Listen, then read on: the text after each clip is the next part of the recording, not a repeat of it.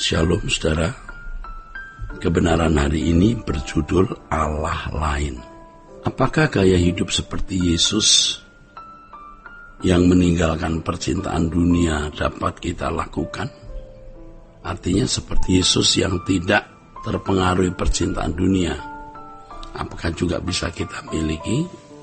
Memang sulit sekali, tetapi kalau kita belajar kebenaran terus-menerus, kita akan mengerti dan bisa melakukannya. Banyak orang Kristen yang tidak yakin bahwa kehidupan seperti yang Yesus jalani dapat dijalani. Ya karena menganggap bahwa kehidupan Yesus adalah kehidupan yang mustahil dijalani. Sikap seperti ini menunjukkan bahwa ia tidak percaya yang dikatakan oleh firman Tuhan, bahwa kita harus hidup serupa dengan Yesus. Alkitab jelas menunjukkan bahwa Yesus menjadi yang sulung di antara banyak saudara.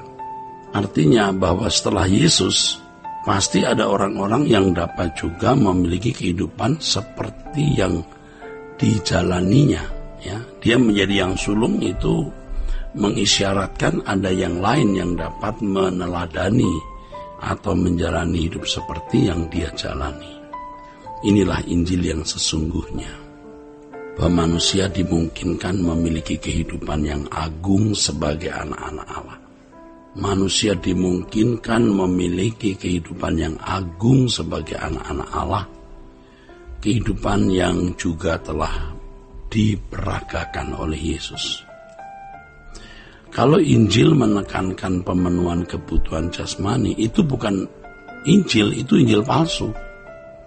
Injil yang palsu tidak mengajarkan kesucian hidup seperti yang dikenakan oleh Yesus. Injil yang palsu menawarkan kemakmuran seperti yang ditawarkan oleh gereja-gereja hari ini. Sebagian gereja-gereja maksud saya, itu bukan berasal dari Tuhan, itu dari kuasa kegelapan yang dapat membinasakan banyak orang. Saudaraku, hal yang paling menghambat untuk dapat melakukan atau memperagakan gaya hidup seperti Yesus dan dapat menggagalkan perjalanan hidup mengiring Yesus adalah pandangan bahwa kebahagiaan hidup ini hanya dapat diperoleh melalui atau di dalam harta dunia. Memang dia tidak mengatakan hanya, tidak ada kata hanya dalam mulutnya, tapi dalam pikirannya ada.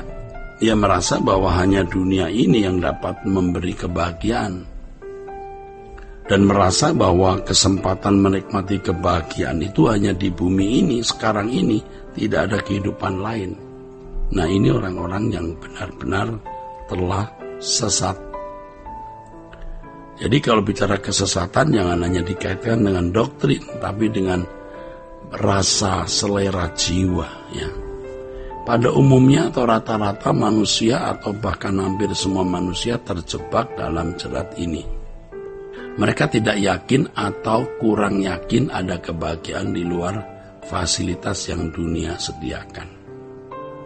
Hal ini disebabkan karena cara berpikir yang ditanamkan orang tua dan lingkungan di dalam pikiran semua manusia.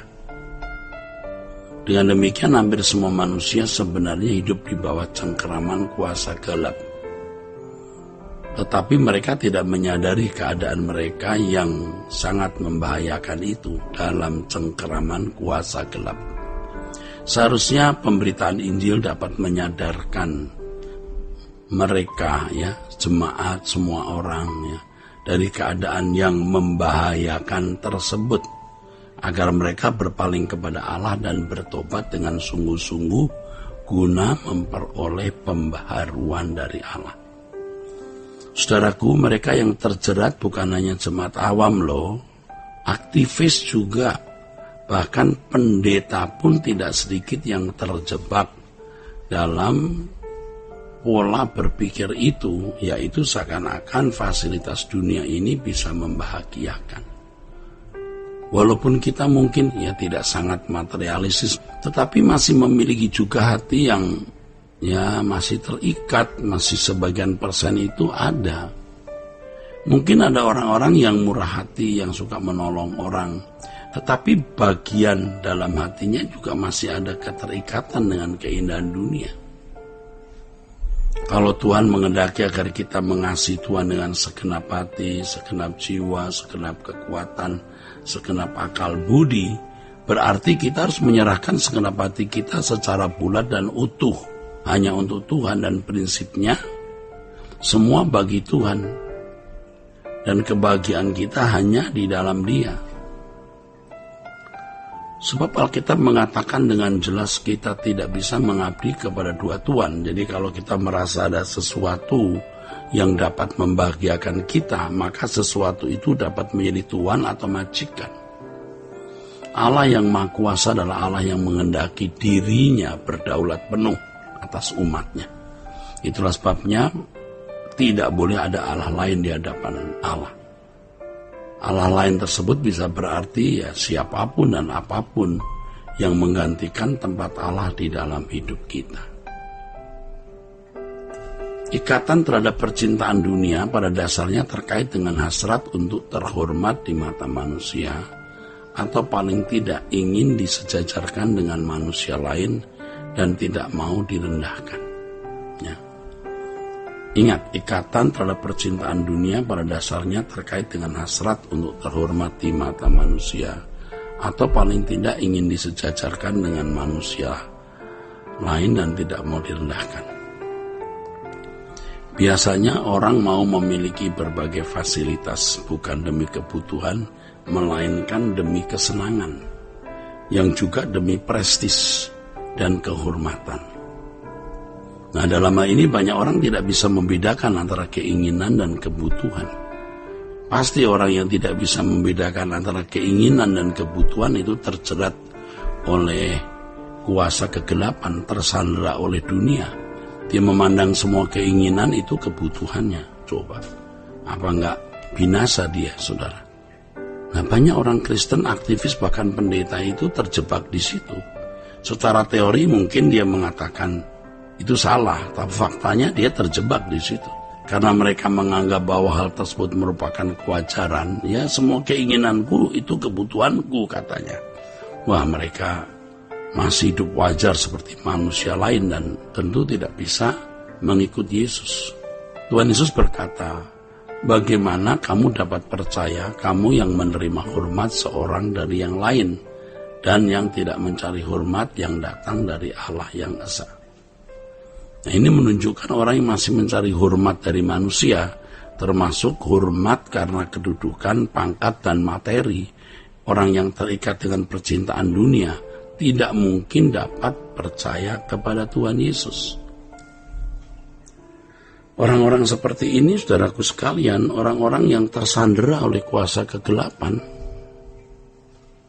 dia tidak bisa percaya kepada Tuhan Yesus, tidak bisa bulat utuh menjadikan Tuhan sebagai majikan atau tuannya. Ia mengaku percaya, tapi percaya itu bukan aktivitas nalar atau pikiran loh. Percaya itu tindakan, di mana tindakan tersebut menyita seluruh hidup kita.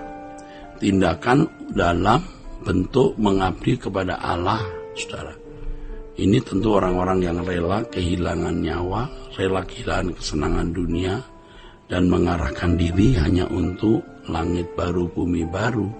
Mengabdi kepada Tuhan baik di bumi ini sepenuhnya, juga mengabdi kepada Tuhan selamanya nanti di surga. Kiranya kebenaran ini, saudaraku sekalian, memberkati kita sekalian. Sola Gracia.